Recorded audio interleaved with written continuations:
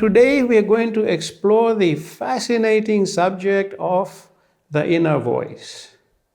Now, as I prepared for tonight's insight, it became apparent to me that what a major role inner voice plays in our lives, and yet how little attention we give to it. It's something so big, and we give it so little attention, almost diminish its value. So today I'd like to explore with you all, the powerful aspects of ourselves that can be found in our inner voice. Now, let's start by the definition of what is inner voice. The literature says that inner voice is an internal monologue, also called self-talk, inner speech, or inner discourse. It provides a person a running verbal monologue of thoughts while he or she is conscious. And it is usually tied to a person's sense of self. It may reflect both conscious and subconscious beliefs. So this is a nice definition of inner voice. I mean, if we talk about technically speaking, it's really zeroing in on only one aspect, which is it's an internal dialogue. Monologue or dialogue. But if you're speaking, if you're the one doing the talking, then it's your sounding board. If you're getting, answers, then it's a dialogue. That's a nice definition. But in my opinion, inner voice is not so simple. It has a great deal more dimensions that we need to recognize. Now, in my life, based on my experiences, I've identified 7 dimensions to the inner voice. 7 dimensions. And as I was putting together the insights for tonight, I looked and go, wow, yeah, there's so much to it.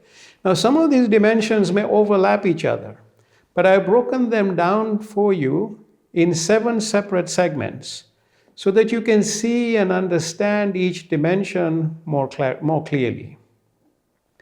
Firstly, before we dive into the types of inner voice, let's quickly refresh our memories on the 4 levels of the mind, which I've shared with you many times.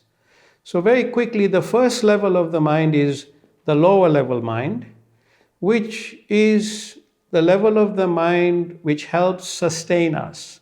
I'm hungry, mind says, go to the fridge, get a meal, gets a snack. I'm satisfied, problem solved. So that's your lower level mind. It almost works, mechanically.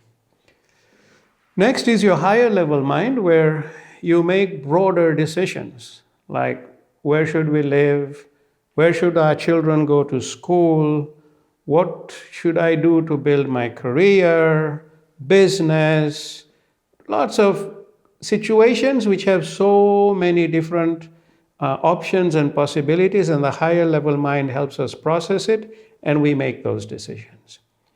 Then there is a third level, which is the intellect.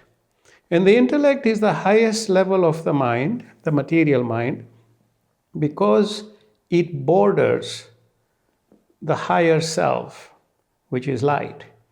And so the intellect is the enlightened dimension of your mind. And then the 4th level is the superconscious mind. And we've done 10 masterclasses on the superconscious mind, and I do recommend you go back and watch the videos because there's a lot of fascinating knowledge there. I mean, imagine we only use 15% of our mental capacity. So where is the balance 85%? It's in the superconscious mind. Can you imagine if we could access that?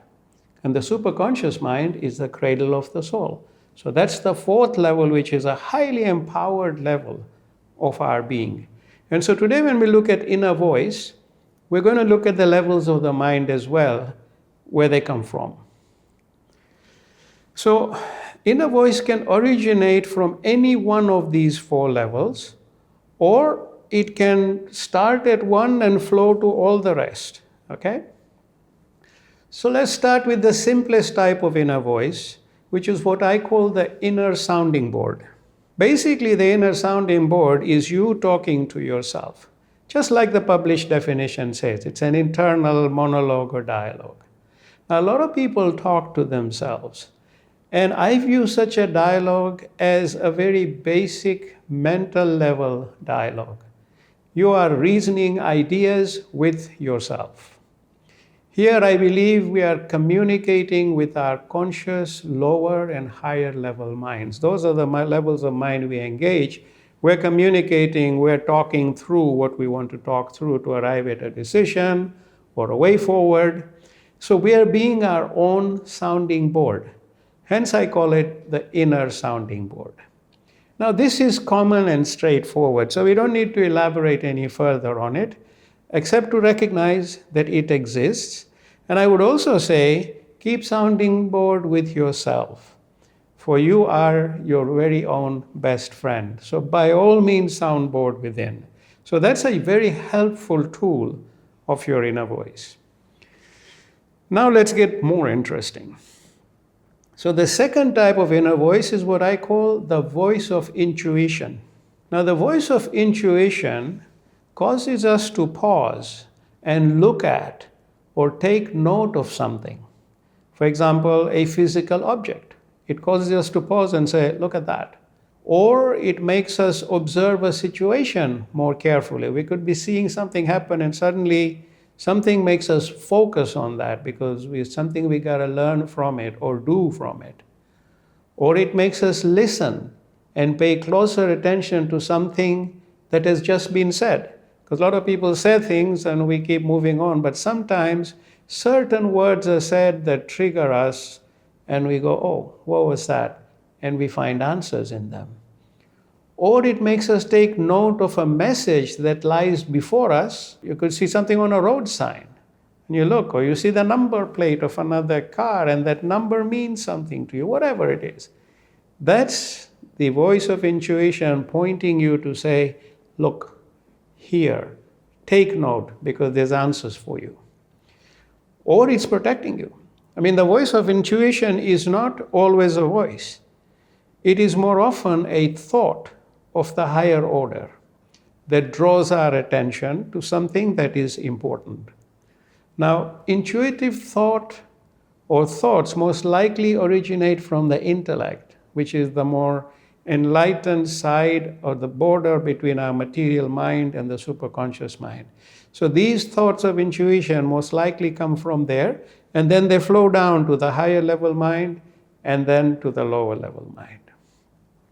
And when that happens, we need to listen to the voice of intuition and act accordingly.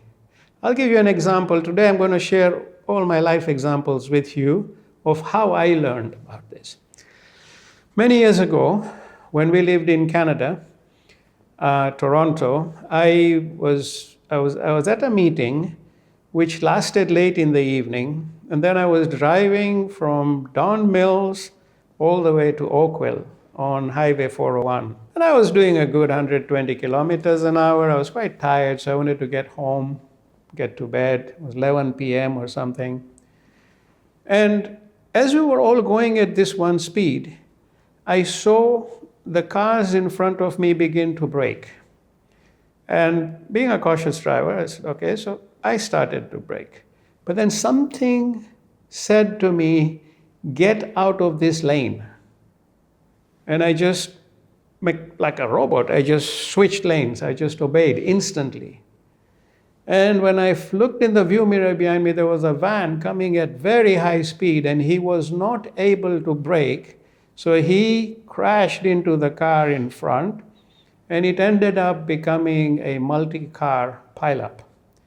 And there I was, having switched lanes, moving on. I'm looking in my view mirror, and I just see, a crash is happening, and there's stuff flying in the air, and, and the lights sparkling. I slowed down, and I almost froze. I thought, thank God. Whatever that voice of intuition said saved my life. And I have learned to obey my voice of intuition without pausing to question anything, because in that moment, you have a fraction of a second. When it guides you, at least I follow. And, thank God I had learned to do this, because were it not for my voice of intuition, I may not be sitting here before you today. So it is that powerful, that profound. Recognize it, act on it, don't question it, because by the time you question it, ball game is over. You know, if it points you to something, start digging in. If you can't find the answer right away, keep digging, because there's always an answer, always. Then there is the third type of inner voice, which I call the voice of grace. The voice of grace. This voice actually speaks to you either as a thought or an actual voice. And sometimes it comes to you as a vision. Now, normally the voice of grace speaks to you very softly, very gently, and it is easy to ignore, actually, very easy to ignore. We've all heard that voice of grace, and so many times we've just ignored it because it's soft and gentle. Now, sometimes it is not soft and gentle. Now, let me share a true life story with you of a dear friend. And he shared with me his detailed experience, step by step, of how the voice of grace changed his life and the lives of many others connected with him. And I contemplated his experience very carefully because I think there is so much to learn from it, which is why I'm going to share it with you step by step. Now, this young man was scheduled to get married to a lovely girl he'd been engaged to for many years while they were both studying in the UK. This was in the late 1970s, early 1980s, and both of them were in their 20s at the time. And after graduation, this young man had to move to Canada because of a job opportunity, and hence the two of them were separated for a year. Him busy starting his career in Canada and her busy finishing her last year of university in the UK. And they had planned to get married in the UK that summer, right after her graduation. So all plans were set, everything was done, events were being booked, venues were underway. However, during their year apart, every time the subject of the wedding came up, even with his closest friends, he was not excited at all. Apparently, he told me much later that during that year, he had heard his inner voice caution him repeatedly about the marriage. And being a strong-headed person, he kept silencing this inner voice whenever it spoke to him. He describes this voice as having a very soft, gentle tone. And he felt that he had made a commitment to his fiancée and he was not going to waver because he believed what he was doing was the right thing. Hence, he kept shutting down his inner voice over and over again. Then 3 months before the wedding, the couple met again and they went for a pre-wedding holiday. And all was great. Love was in the air and they both had a super time together. And she was in full swing wedding mood and her excitement also rubbed off on him. Then something very strange happened. When he was dropping her off at the airport on her way, she was on her way back to the UK. He waited and watched her walk past security, waiting for her to turn around and wave him goodbye, which she did. Now, security in those days was a lot simpler because before 9/11, people could see passengers off with a lot more freedom than we do now. After waving back at her, he waited for a few moments to watch her as she walked towards the departure lounge. And then suddenly he froze completely because his inner voice called out to him loud and clear this time. Not soft and gentle anymore, it was loud and clear. It said, "Take a good look at her, for you will never see her again." And he was shaken by the sheer power and clarity of this voice, something he had never encountered before. And he was deeply saddened by what he had heard because he did love his fiancée. And the thought of never seeing her again seemed almost unbelievable and unbearable. Despite this very clear counsel from the voice of grace, He still didn't act. And a few more weeks went by. Then 3 weeks before the wedding, while he was asleep in the early hours of the morning, he says he saw a vision that woke him up. And it wasn't a dream. He saw the two of them together in the future as husband and wife with their children. He even described to me how beautiful their children were, and he even knew their names. But as the vision unfolded, he saw how deeply unhappy and miserable they both were in this marriage. Very, very miserable. And out of love for her, he found the strength to pick up the phone and call her at that very moment and ended the relationship. After what he had just witnessed, there's no way he was going to put her through such a miserable life because he loved her too much to do that. Anyway, what followed was a huge mess. The whole world was angry with him, including his best friends, because what he had done appeared very cruel and unfair. She had done nothing to deserve that. And he confided that he could not tell anyone that he had done something this drastic because of his inner voice. He feared that would make him a laughing stock. So he kept quiet and took static from everyone. But my dear friends, the story has a lovely ending because soon after the breakup, they both met their true soulmates, got married, ended up living a very happy life, blessed with the children they always wanted, and both marriages were truly happy and filled with love. Thanks to the voice of grace, which put its foot down hard and clear, they both ended up being far better off in their journeys ahead. Some people believe that the voice of grace is your guardian angel protecting you. Well, that is one way of looking at it. I believe the voice of grace comes from levels well above the material mind. It comes from the superconsciousness, the cradle of the soul. And it deserves to be heard and not drowned. Just because we may not like what it has to say, it has to be heard. Remember, in the case of my friend, the voice of grace ended up protecting so many people, both in his and his fiance's life. So when it speaks for the greater good. Remember, the voice of grace speaks for the greater good. So let us remember, because we as individuals are not its only beneficiaries. It takes care of far more than just ourselves. And note that in this example, the voice of grace spoke as a thought, then as a soft voice, and this guy was too bullheaded to hear, then a more assertive voice, and he still didn't act, and finally it had to appear to him in the form of a vision. This is important for us to be aware of, that the voice of grace can come to you in many dimensions. He was lucky that that voice persisted to these 4 levels of intensity to make him act. Maybe others may not be so lucky.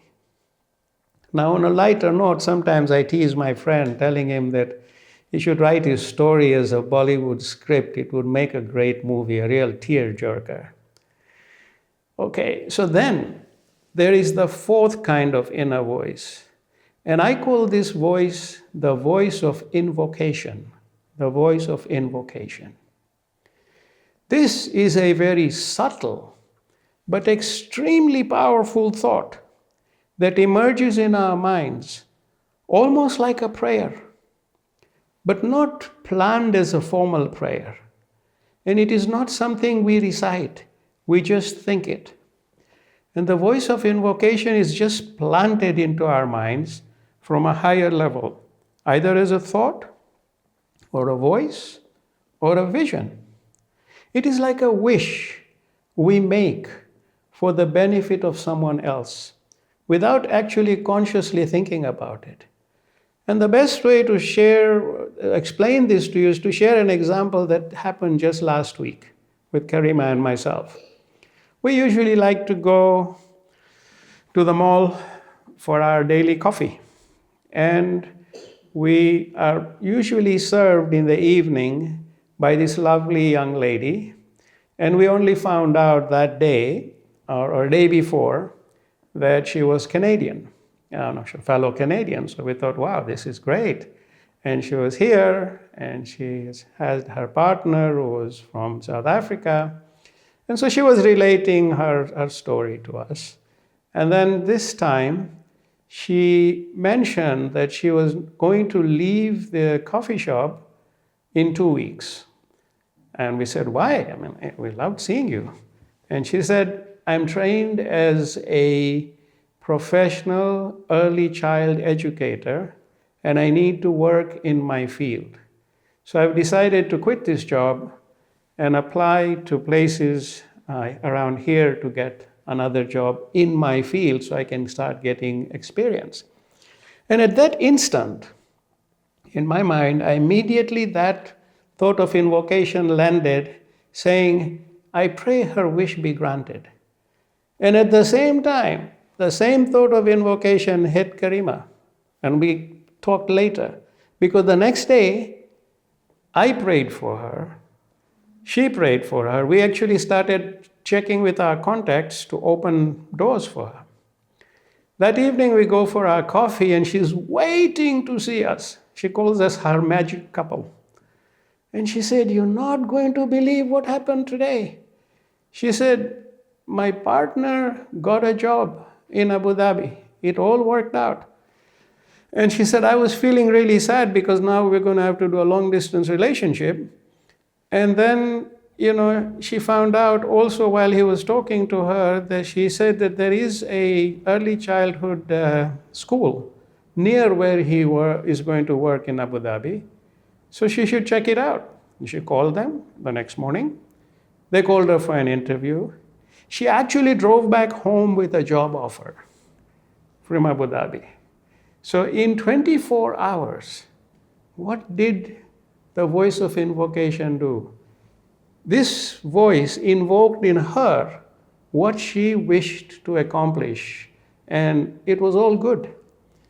The two of us sitting there, it invoked a wish in us, which was the same intensity and power as hers. We were in fact guided to pray for her. And then the universe was doing its thing where within 24 hours, everything had fallen in place for her. That is voice of invocation. Now, there's more to this voice. So let me share two more brief personal experiences with you to help bring more clarity to this important voice. Now, Karima and I love visiting and meditating at sacred places in the world of different faiths. We just enjoy doing that. We find a lot of peace. So one time, I had loaned money to our driver to help him get out of a very difficult situation. And it was a large sum of money. It was almost a year of his salary. And he promised to pay me back on the day we had planned to visit this sacred place. And he was a man of his word. So I was fine with it. I trusted him. And he drove us to this place, dropped us at the entrance, and Karima and I then went in and found a perfect spot to sit down and meditate. Now, as soon as I sat down in meditation, the voice of invocation said, forgive this man his loan in full. And I heard this voice crystal clear. It came from deep within me. Forgive this man his full loan. I accepted its direction without question. So after our meditation, when Karima and I met up with him where the car was parked, I told him that his loan was forgiven. And he broke down in tears. And he said that after he dropped us, he too went into the sacred place and prayed to God for help. Because he didn't have the money to repay me as he had promised. And he absolutely could not face the thought of disappointing me because I had trusted his word.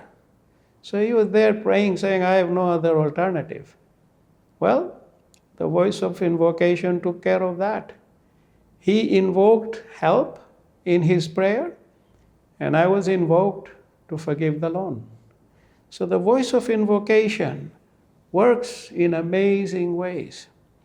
Then I'll share another example which is quite different in nature, where many months later, I was walking in a sacred place and I hadn't even started meditating, when I saw a vision of a man I had come across very recently, who had actually been very difficult and adversarial towards me, but I just saw him in a vision.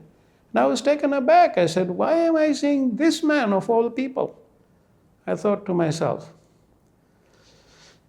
And the voice of invocation said, take good care of this man, always.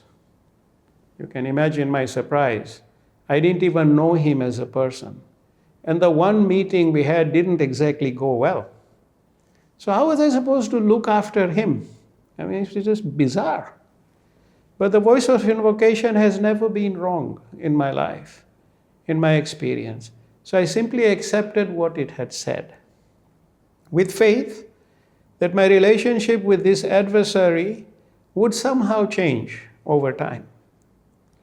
And it did. And the man and I became good friends. And several years later, in his critical moments of challenge, I was able to help him out even before he asked. You know, a great soul once said, if someone has to ask you for help, it's too late. According to this great soul, you never let someone lower his or her head by making them ask you for help. He says, and I paraphrase, help as soon as you see it is needed. Now, this is very difficult for us as humans because we don't often see what we are supposed to see. That's just the way we're made. But thanks to the voice of invocation, I was extra mindful in this instance. It showed me what I needed to see at the correct time. And I was able to act on what it had guided me or instructed me to do many months before. And to this day, this man and I are friends. If you had told me after our first meeting that this was going to happen, I wouldn't have believed you. I might have even laughed at the idea. Now, why am I sharing 3 examples of the voice of invocation today and only 1 example for all the others?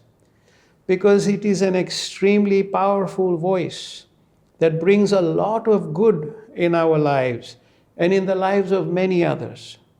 And it speaks under such diverse circumstances, like I just shared with you. I mean, 3 very different circumstances, from a coffee shop, to a loan to a driver, to looking after a totally unlikely adversary. And remember, the voice of invocation appears, it just appears. So be mindful when it comes to you and don't doubt it. I've spent more time today on this voice because I feel it represents a great opportunity, which I pray you will all recognize and seize, because once you embrace it, it begins to live within your conscious being. It fills your life with an amazing awareness of the extraordinary in the ordinary, something I really wish for everyone to be blessed with. My dear friends, if you embrace this voice, you will begin to experience it more and more often in your life without even thinking about it. It is a treasure. Do not miss out on it. And it comes to everyone, every single one. But not everyone acts on it because they immediately doubt it. So let us not make that mistake. Hence, I've spent this much time talking about this voice. The 5th type of inner voice is the voice of inspiration, which often manifests as a powerful thought that just lands in our minds. Now, we all receive inspirations in different ways.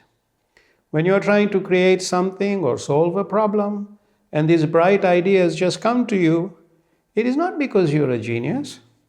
It's because you are blessed with the voice of inspiration.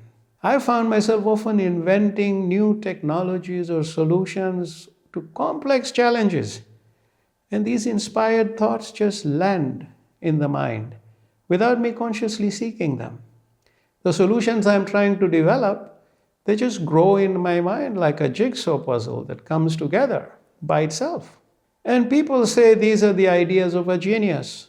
Yes, they are. But they are not my ideas. They are the voice of inspiration showering its blessings.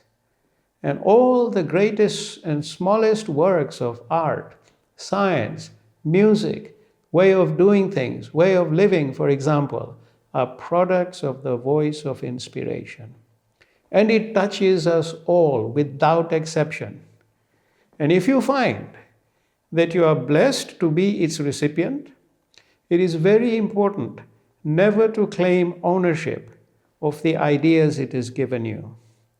Humility is the key force that keeps inspiration flowing your way.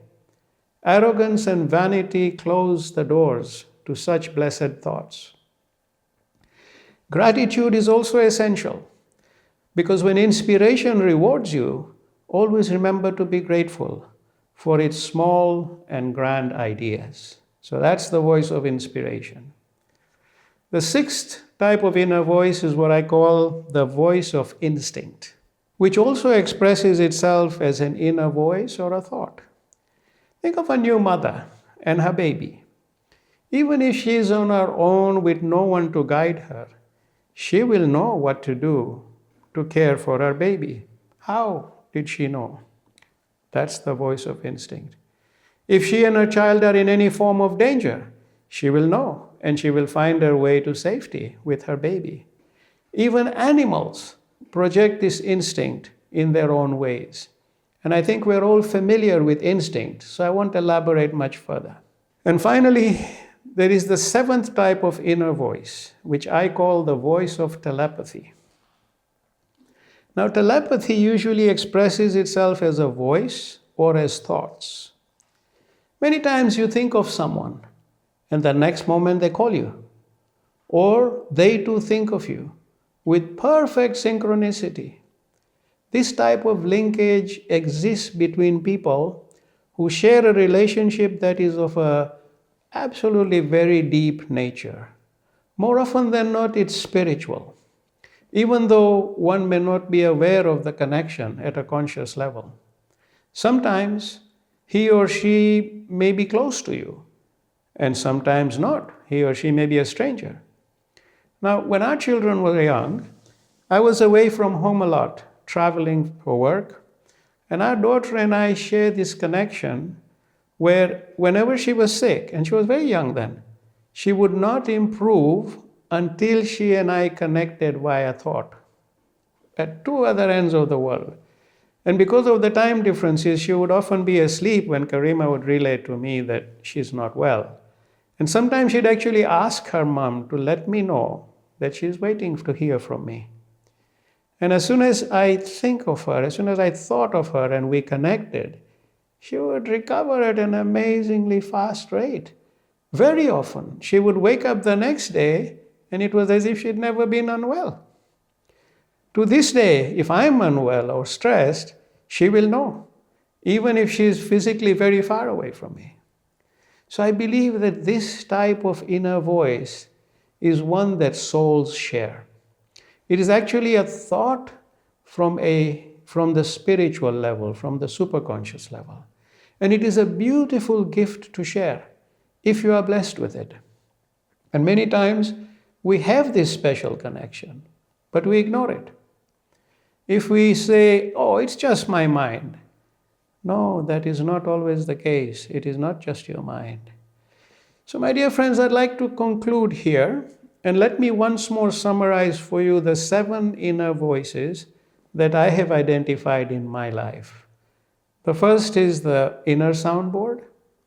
Then there is the voice of intuition, the voice of grace, the voice of invocation, which we spent quite a bit of time on, the voice of inspiration, the voice of instinct, and the voice of telepathy. I hope you can now appreciate how inner voice is present as a major part of our lives, helping us and guiding us in beautiful and very meaningful ways. Therefore, it is my prayer that from today, you may all be more mindful of your inner voice. And I also pray that your inner voice brings you much happiness, fulfillment, and spiritual growth in your lives and the lives of all those around you. So this was a message I wanted to share with you today.